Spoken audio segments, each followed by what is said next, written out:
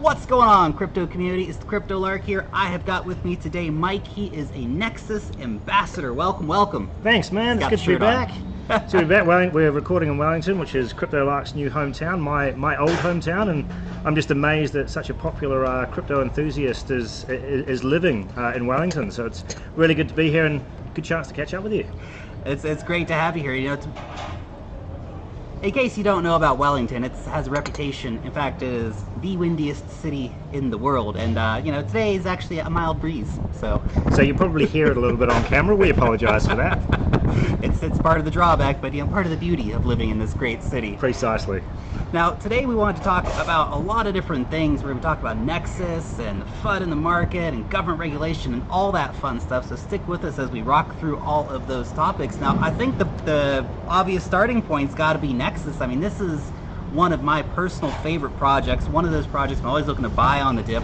One of those projects that I just think is so underrated and people just don't know enough about it. They get caught up by projects like Tron that's just got a white paper, whereas you guys have all this working tech, which is amazing. So let's get into that. Yeah, well, I mean, I got into Nexus probably May 2017. I've been playing around in the cryptocurrency space for a long time, and basically what I did is I went through and had a look at all of the coins in the top 100 market cap at the time, and was just reading through all of their websites, their white papers, trying to figure out what projects I liked. There were various ones I liked, various ones I didn't like.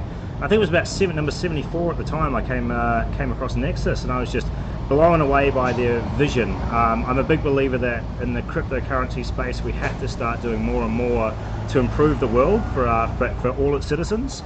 And we're not really doing that yet. And when I read what Colin and the Nexus team's vision was for the future, I was just absolutely blown away. And they started giving me small jobs to do here and there, and completed those, and slowly worked my way up to a point where most of them know who I am, which is really nice. Which is pretty cool. And I think you hit on a really important point here, is that so many people getting into the crypto space, getting interested in blockchain technology and all this stuff, they're only thinking Lambos. And right. It may be a real cliche in the space, but we're on the verge of a technological revolution. Yeah, you can also get a Lamborghini along the way. Personally, I'm a Tesla man, but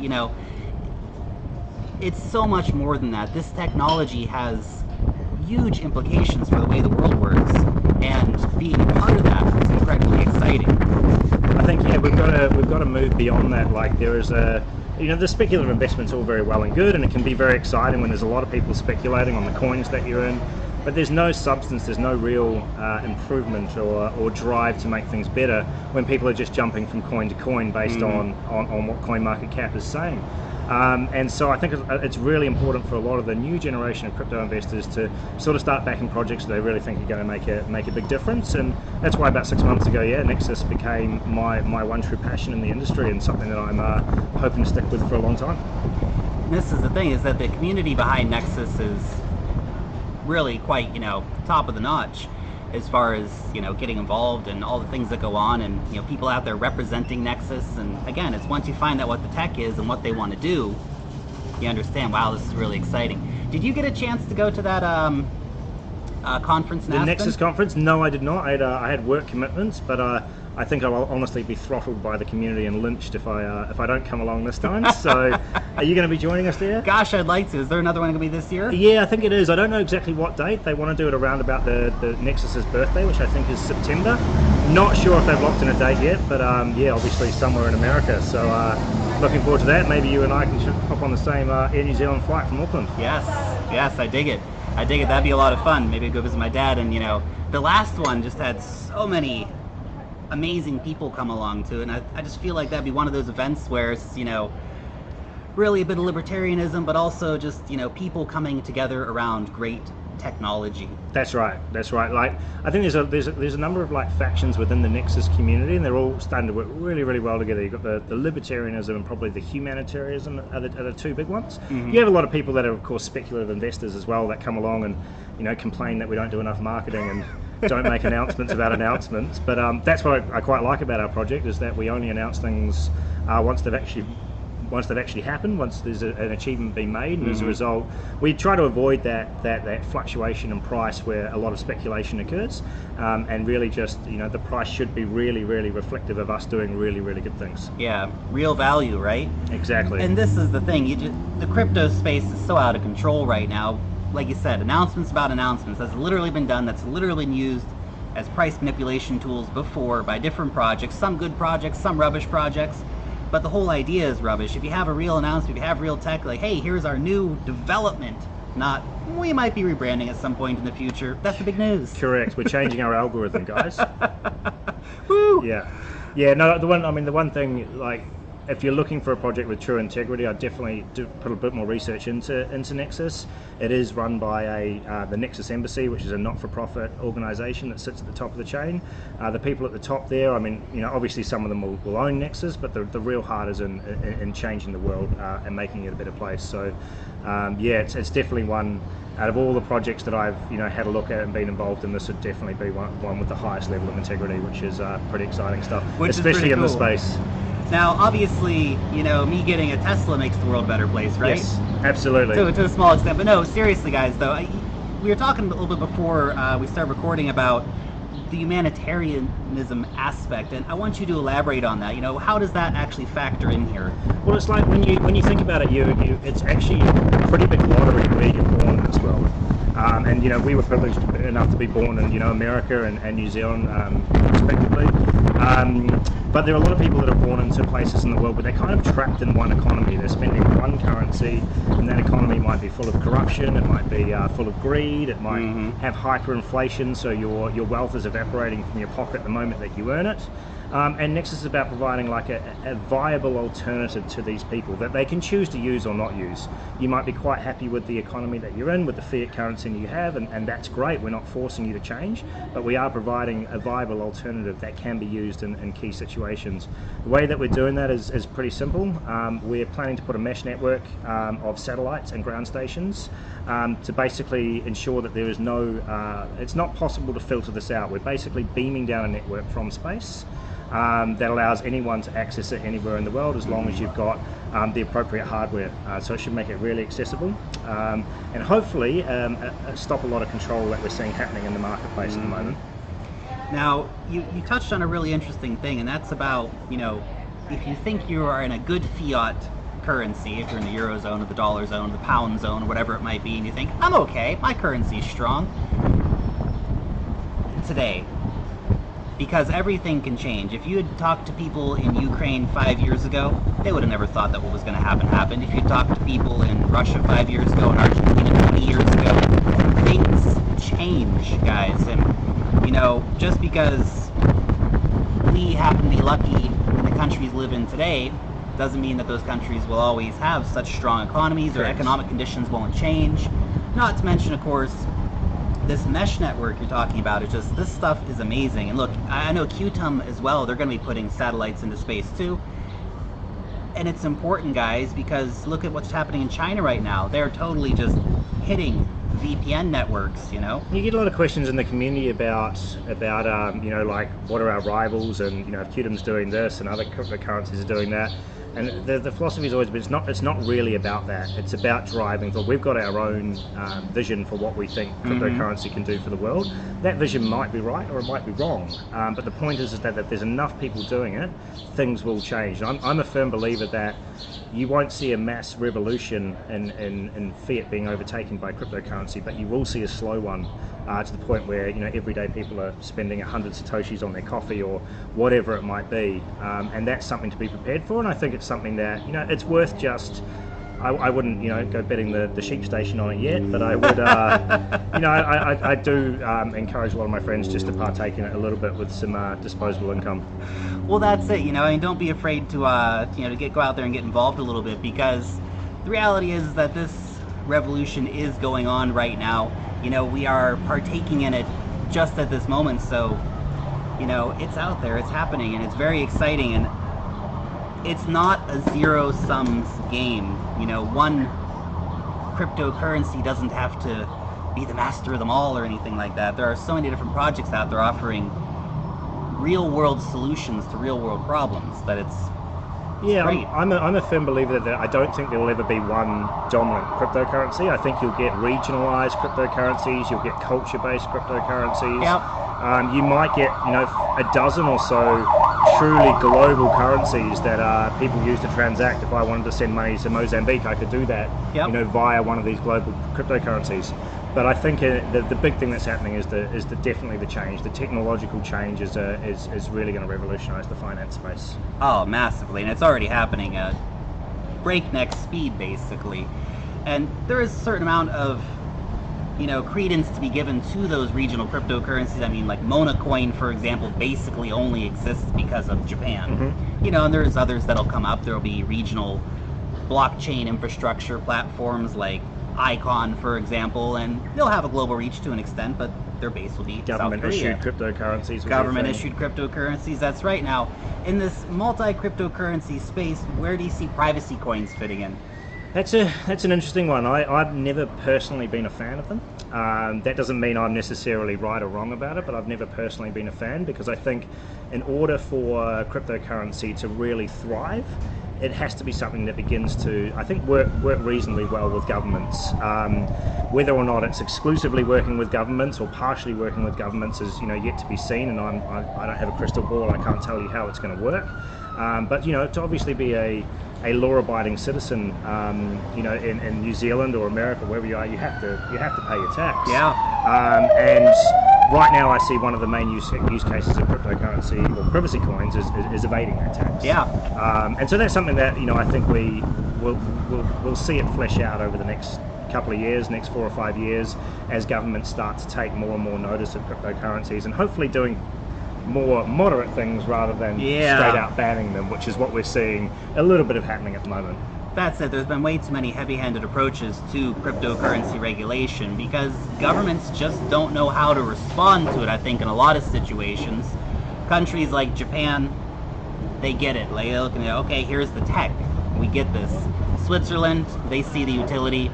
Other countries are threatened by it. Other countries simply don't understand it, which is a real problem. Now, currently, Emmanuel Macron, the president of France, and Angela Merkel, the chancellor of Germany, have said that they're going to be introducing proposed legislation at the G20. Do you think we might see a situation where the world's major economies all come down heavily against cryptocurrencies? I think it's a definite possibility. Without trying to create FUD in the market, which of course, as soon as you talk about a country banning a cryptocurrency, all hell breaks loose and coin market cap plummets by 50% or something. But no, I think it's potentially going to get worse before it gets better. Yeah. And in a way, that's a bit of a self-fulfilling prophecy, because just by saying that, people would likely sell out, which makes it worse to start with. But for me personally, I'm just going to hold steady with the position that I've got, because I found throughout my history of cryptocurrency, I've regretted every time I've sold, and I've never regretted a time I bought. So for me, I've learnt my lesson there. I'm just holding steady, and if prices go down, I'm just going to treat that as a good opportunity to convert some more of my fiat over. Not go completely wild, but I don't know, like, it's going to be really interesting to see what happens. We've started to see a few countries do it. You get the European Union banding together to make a policy on it, and it could be a pretty scary time. We'll just have to wait and see what happens there. Yeah, especially considering so many of the big projects are coming out of Europe. I mean, they're coming out of everywhere. Obviously, it's a good thing that we have Switzerland, because they're not part of the EU, and they are, excluded to an extent from that. And I hope that they would keep to their guns and not follow suit with what the bigger countries are doing, of course. But obviously, Germany has, like Lisk, and France is the headquarters of Ledger wallets, and stuff like this. So there's all these implications for all this new tech industry, and it'd be just crazy for governments to come down and say, hey, all this amazing new industry, this amazing new technology, let's just destroy it. It doesn't make any sense. I think we're big enough and ugly enough now to do a lot of lobbying, and I'm sure there are a lot of people in Europe, within Europe, that are doing that. And so I would like to think that whatever regulation does happen isn't as heavy-handed as what we've seen in the past. But time will tell. Time will tell, and regardless of what happens, I'll be holding, because the other thing I've learned is that when a country bans it, anything that just gets stronger. I know, it's like your parents telling you not to smoke. What's the first thing you do? You go out and find a pack of cigarettes somewhere, you know? Exactly. At least the cool kids Thanks, will. Mum, for making me smoke. Now, what about Australia? Australia has done pretty well with introducing some pretty common sense legislation around cryptocurrency. How do you find the space in Australia? So I think Australia is doing really well at the moment. So I don't think we mentioned, but I'm living in Sydney, Australia, which is about 3 hours flight here from Wellington. I've been there for about 10 years. The Australians seem to be doing very well at the moment. Like, I'm sure as soon as I say this, some politician's going to get come down hard somewhere on something. But I mean, Australia's in a very good spot where it's a very good economy, and so people that are getting into the cryptocurrency space are mainly doing it from I think a speculative perspective. But there's a lot of really good companies out there. You've got CoinJar and CoinSpot, which are doing phenomenally good jobs of helping people get into the cryptocurrency market for the first time. But at the same time, you've got all of the major TV networks and all the major TV personalities, basically putting both hands up, saying whatever you do, don't do this. So there's a bit going on at the moment, but overall, I think it's a healthy debate. It's a debate that I think needs to be had, because people need to be, people need the information to make a decision on what's right for them. Yep, that's it. And they need to have, to an extent, both sides of the story. And I feel like, the mainstream news stories just basically always extreme FUD. But if you actually get out there and kind of search around for the information, find people who are saying bad things about the project you want to look into, and try and understand, well, where are they coming from, and actually say, is there anything there? Is there anything to that? Is that legitimate? Most of the stories that we see about, Bitcoin's used for, illegal crime and money laundering and stuff, actually, statistically, it's only about 1% of Bitcoin transactions are money laundering, whereas fiat currencies between 2 and 5%. It's pretty much paper money. Paper money is really the currency of crime. That's it. And you can point the finger at cryptocurrencies and say it's there. I mean, we're not going to lie to you. It definitely is. It's used for that, but it's such I believe, a small minority of what is actually out there and what's trying to happen. I'd say 99% of it now is, speculative investment, and investment in the future technology for future generations. That's it. So yeah, you can always look at the negative things. You can always pull them out. And I think the other thing is if you read enough information, you're bound to convince yourself not to do something. That's true. So, there's certainly enough FUD out there. If that's all you want to find, you'll convinced. Find it. You'll find a lot of it. Apparently, I'm a criminal for investing in Bitcoin. Go figure. Now, Australia's had some super exciting projects come out recently. I don't know if you had much of a look into them or if you were invested in any of them personally, but Power Ledger, it's a super exciting Australian project that's come out. Horizon State, also doing really cool stuff with blockchain tech. And there's a few other companies that have come out as well, but let's talk about those two. Have you looked into those? Are you invested in them? I've looked at them quite significantly. I have held both of them at a particular time. For me, I keep getting drawn back to Nexus, and so a lot of the time I'm like, oh, I've made a bit of a gain there. Oh, that gives me an opportunity to buy some more Nexus. I mean, that's just me. It's not going to be everybody. I'm not taking away from the quality of those projects. They're both amazing looking projects. I think one of the things that Australia gets into a bit of groupthink a lot. There's a very popular Facebook group called Crypto Australia. I'm not sure if you've seen. I think I remember that. You remember that? Yeah. And you'll notice that everything, it's like there is a new coin of the month, and everyone's like, oh, Power's doing this, and Power will be $5 by Christmas, and just a whole bunch of dribble essentially. Echo chamber crap. Yeah. Exactly. And then of course that coin disappears off the radar for a bit, and then a new coin pops up, and it's just this coin of the month. And of course the time to buy these coins is when no one's talking about them. Of course, when the hype's not there and when the price is kind of doing not much, that doesn't mean the project stops. Doesn't mean they're not achieving great things. They just haven't announced anything yet. So I think the number one thing, you don't get caught up in FOMO and don't get caught up in the hype with these coins. Australia definitely has had a lot of groupthink around Horizon State and around Power, but that doesn't stop me thinking that they're very good projects, and I think the chances are I'll be owning them again in the future. Probably now is a very good time with the most recent market to have a look at it, entering the market with a couple of those coins again. That's it. We're at another buy the dip kind of day with lots of FUD in the market, lots of red on old coin market cap there. I think Power in particular is it's a fascinating project, and what blockchain can do to revolutionize not only the finance industry, but in this case, the power generation industry. Yeah. And I'd love to see them succeed, because I think, if we all do really well in the crypto industry, it's not really going to do much if the world is falling apart or turning into an oven. So being able to use blockchain to create these new industries that help better the world for the generations to come, I'm a full supporter of it. And Power Ledger is amazing, and there's a lot of other projects like it, but Power Ledger really, I think, set a gold standard in the blockchain energy sort of coming together there. But Horizon State is also really interesting, and you just see the different application potential of blockchain technology. I mean, voting on the blockchain, that's revolutionary. No more voter fraud, right? Not to mention that it's multi-applications, not just countries, right? It's referendums and all these things. Do you think we could see a future where countries are actually using that kind of technology? I'd like to think so. I was also paying attention 6 months ago about another one, Civic, I think, the ICO Civic, which is all about identity management on the blockchain. It's the exact same thing. And there's another one, I can't remember the name of it, but it was like a medical-based one, where it was like you can keep your medical records on the blockchain. I mean, it's patient-ori, maybe. And it's like no matter where you go in the world, they can pull them up. Yeah. Right now, if I walk to a new doctor down the street, it's a mission to get my files. Oh, yeah. But with all of those, I think there's huge potential. Australia's a really interesting place because it is one of the few countries in the world where it requires its citizens to vote, and if you don't vote, you get fined for it. And so the blockchain technology in that space to record the fact that people have generally voted, to eliminate voter fraud when there is 100% participation rate right down to the local council level, all of those things, blockchain just makes so much sense for them.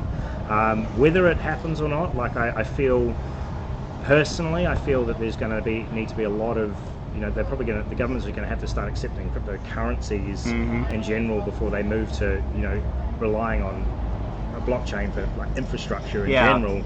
But I do see it happening, and fast forward 20 years from now, I would think that most voting systems would be on some form of ledger. That's it. I mean, it just makes sense. And the only governments that I think would be scared of that technology would be corrupt regimes that want to actually influence and manipulate the vote. Correct. To the extent that they can. So that freedom of information would be powerful.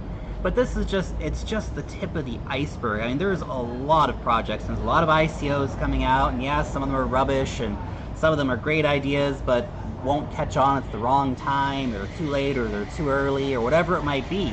But I really see this future where blockchain's just like totally interwoven with our lives. It's everywhere.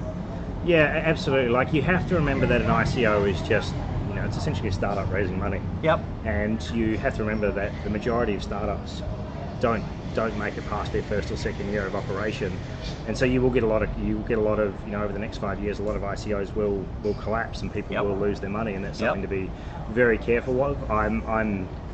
I participated in a couple of ICOs, but to be honest, I don't hold a position in them anymore.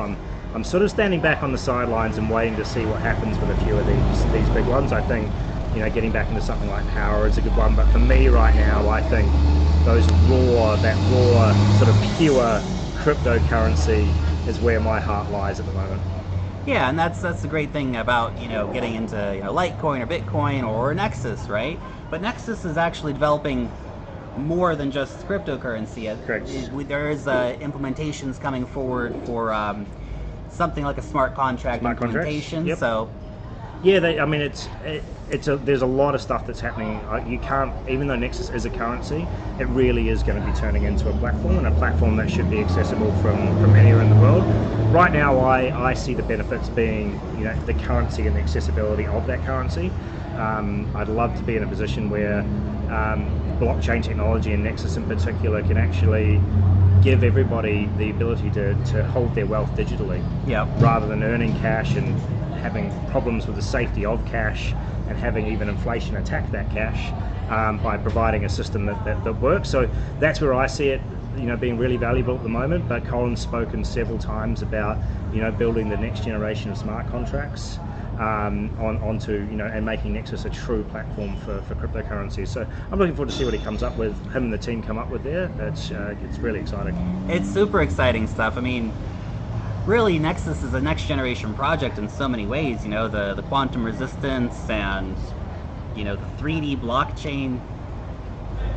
This is next level stuff going on. That here. is the 3D blockchain is something that, like, I think for the real pure cryptocurrency enthusiasts, is something to really look out for, because it's basically what it's guaranteeing is all transactions, no matter what size, will be on chain.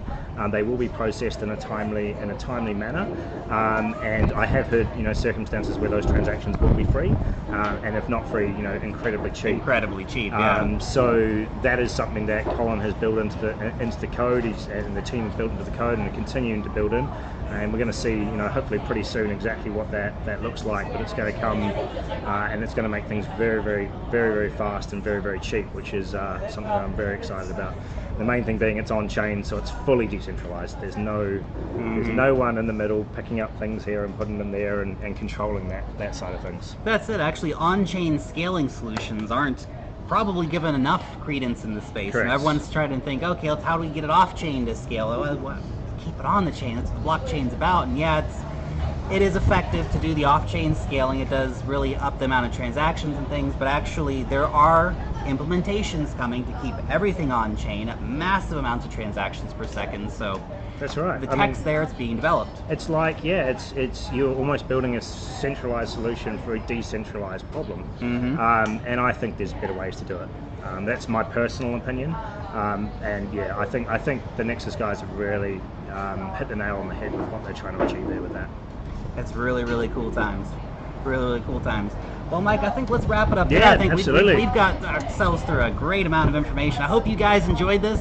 Hope you didn't mind the I hope you did ambulances and too. trucks. It was my first ever cryptocurrency video, so cut me some slack. If, He did well. if you He's a got good bit bored. ambassador for Nexus. So, thank you so much, guys. Thanks, Peace out. guys. Talk soon.